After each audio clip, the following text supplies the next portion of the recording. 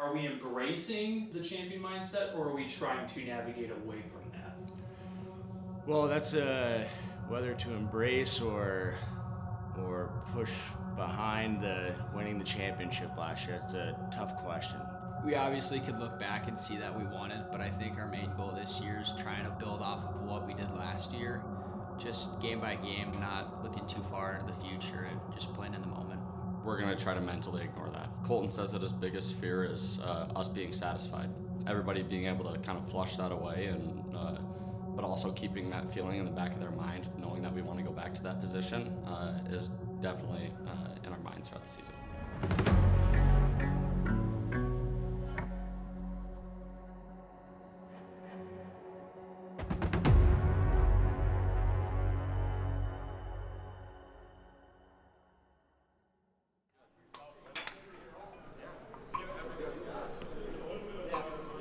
Is it your nose or your chin?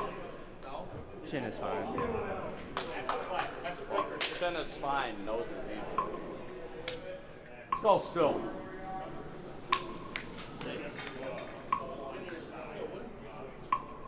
The beat, the tempo.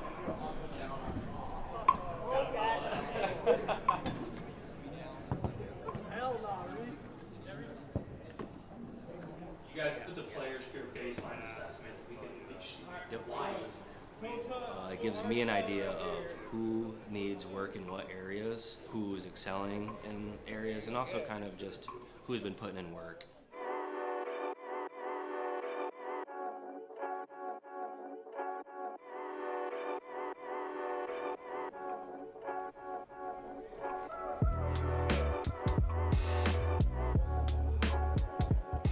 Some of the things we're testing for is, upper body and lower body strength and power.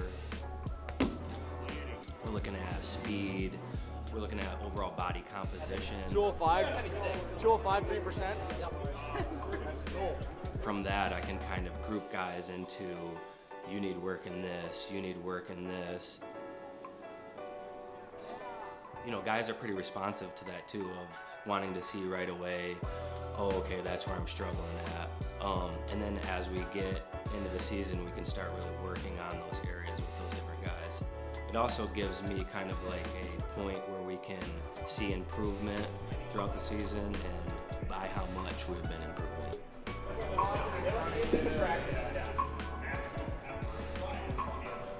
Dylan.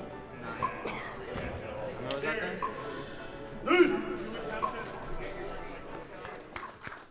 Let's get the trend going here, Selski. All right, how we doing today? All right, so let's test our team's maturity here. I'll just tell you. Okay, tomorrow will be an off day. Okay, so does that mean today you get all giddy and you don't get to accomplish what we came here to do? No. Okay, we've already had those talks. We should not have to have it again. All right, so let's attack it. Let's enjoy it. Okay, and then we will go to the beach and do a little workout there. Okay, just a little change of scenery. Okay, by the water. Also important that you guys get to see kind of some of the area where you guys play in the community that loves you. All right, so you guys good there?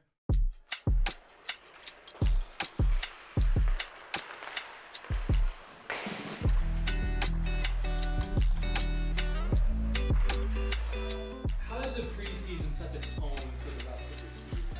Yeah, I think we've been learning a lot, just to kind of see what kind of players we have and what kind of group we have. And I think Colt's been doing a really good job at finding our identity to our team, and I think that's something we've really been focusing on.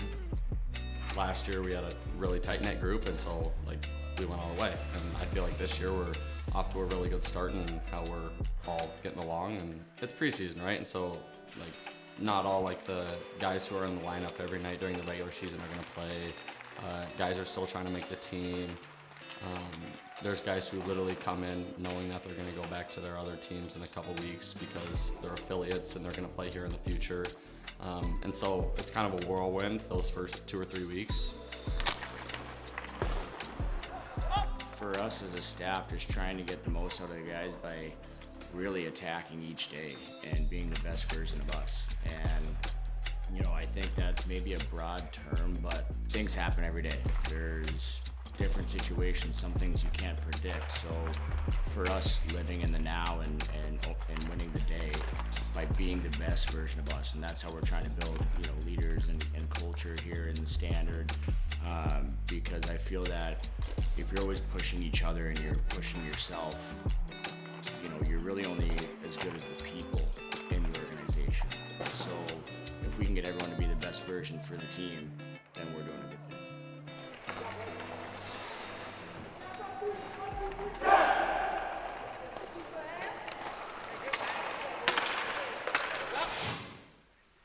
Okay, so you see that log halfway up that one? There's gonna be 2 buckets right there. We got 2 teams, and you're gonna be racing to fill up the bucket. That's the first thing. So. Yeah. Yeah. We went out to Duck Lake, had a bit of a team building, workout. Yeah, keep your guys' stuff to this side, because we'll be running through here to the water. Way to be a leader, way to be a leader. Is this everyone, Sando? I think I just counted 26, so 2, 4, 6. This team will have 3 cups. This team will have 3 cups, so you're gonna have 3 guys go at a time. You're gonna fill your cups up in the lake. I'm gonna have those 2 buckets up there right on that log. You're gonna run up, fill the bucket up, run back down, give it to 3 more people on your team. First team to fill their bucket up wins, all right? Here we go.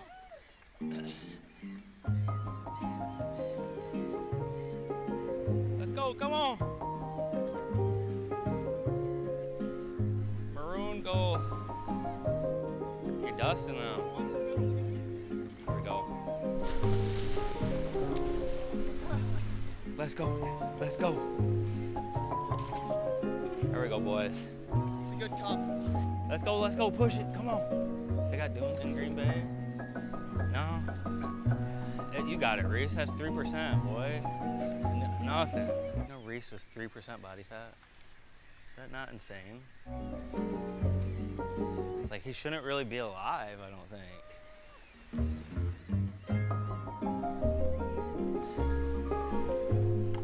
How the boys been looking so far? Dude, good. I'm excited. Got some good players, got some athletes out here. Everyone seems like a tight-knit group, so I'm excited. That right, Sando? So going up the dune 4 or 5 times, 6 times, however many times we did, wasn't super easy. And so running up that, having to use teamwork and having that mindset to kind of push each other. Dude, you guys couldn't be closer than that. 1 cup from them and they would have won it too. It was close to that, dude. In the straight line, that's the first part about being the team here. And then we did a bit of, where you kind of had to rely on one another. We linked arms, did sit-ups, with their head towards the water. All right, everyone, link arms, link arms. I think that creates a bit of connection, and it's just funny as well, right?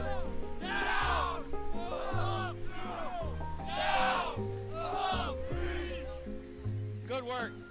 Catch your breath. We got one more event, though, one more event. Did a human chain push-up where, kind of had to rely on that guy next to you. Yeah. Slide down more. Slide down more, yeah. Yeah, what happened with you here? It should still work, huh? It's a little bit different than a normal workout because, you're in the squat rack by yourself, going up and down. It's just kind of on you. But when you're relying on that teammate next to you, it kind of creates a little bit of that bond that you need for the season.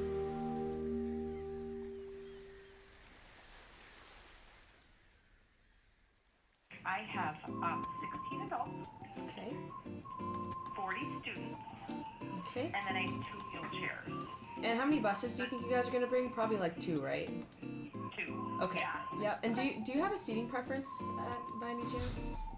We just want to make sure we put you guys together in an environment that allows them to actually be together. And I don't know that a party deck will make sense with how many you have. So it's probably butts in seats near an ADA section. So just wanted to make sure we were accounting for that. So the Charitable Foundation sponsors 4th grade classrooms to come in and kind of learn more about hockey.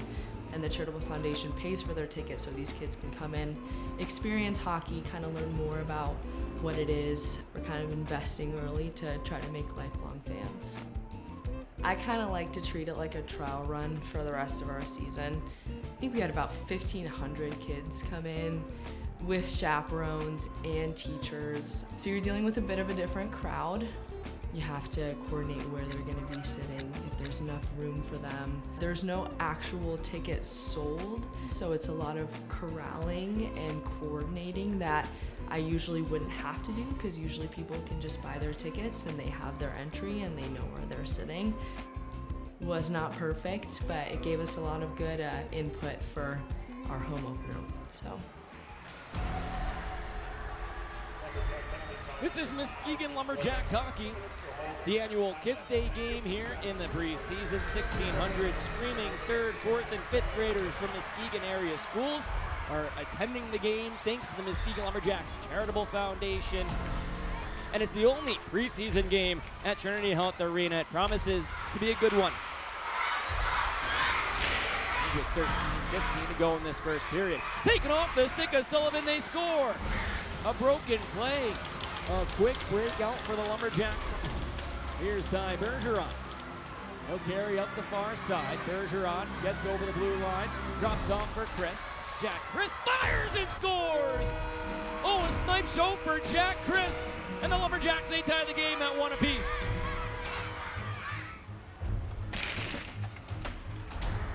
Centered for Burrs Collins, 2-on-1 rush. Rudy far side, fired on, he scores! Rudy Burrs Collins.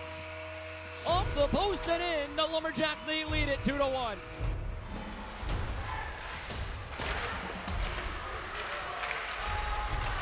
Here's Drabicki, turns and fires, they score! It's Lars Hudson, the net front presence, and the Lumberjacks, they lead it 3-1. Major near side, met by a Lumberjack. Here comes Benson. He'll win the foot race this time and fires the empty net. His 3rd point of the night, Niles Benson. He's gonna love playing here in Muskegon if he keeps putting numbers up like this. 4 seconds left, the Lumberjacks. They take a 4-1 win. They improve to 2-1 in the preseason. And they win their lone preseason game here on home ice. It's a good precursor for September 26th, when the Jacks return to Trinity Health Arena for Flannel Fest and the banner raising ceremony. Don't go anywhere. I'm heading downstairs. I'm talking with Niles Benson when we come back right here on Full Hockey.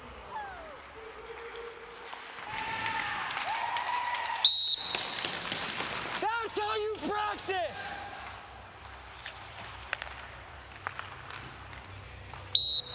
Fucking right, Stanny! That's why I love you. Help, get over there! Having that summer off and trying to get back into game shape was definitely a little bit of a challenge, but I think we all handled it pretty well, and we had some pretty good preseason games. Get it, move it, quick! Knowing what your role is on a team is super important. Last year I was a 4th line, 13th forward guy, and so like knowing what I needed to do, I didn't score every game, didn't have an assist every game, didn't put up numbers like that, but I knew what I needed to do on the ice that would help benefit the team so that guys could go out and score. You're trying to get players to compete. Can you guys make a tape-to-tape pass with nobody fucking on you? Can we? And then you're also trying to get them to become closer in a family.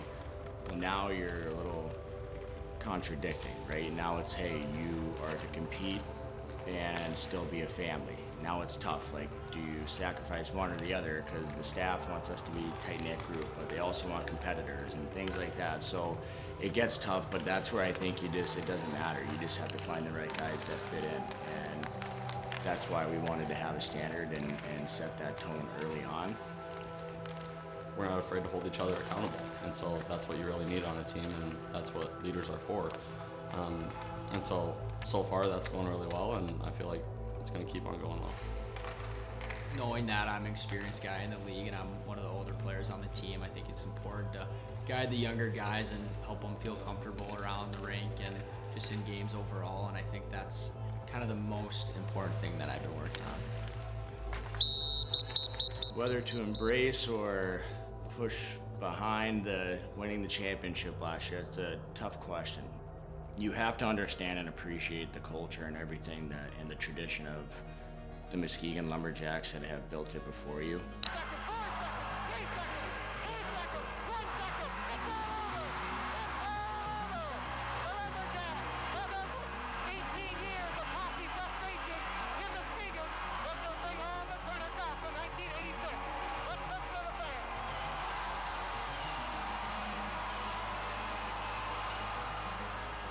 But now we need to build what's after. You know, when our time here, are we gonna be a part of that? Are we gonna leave it better than when we got here?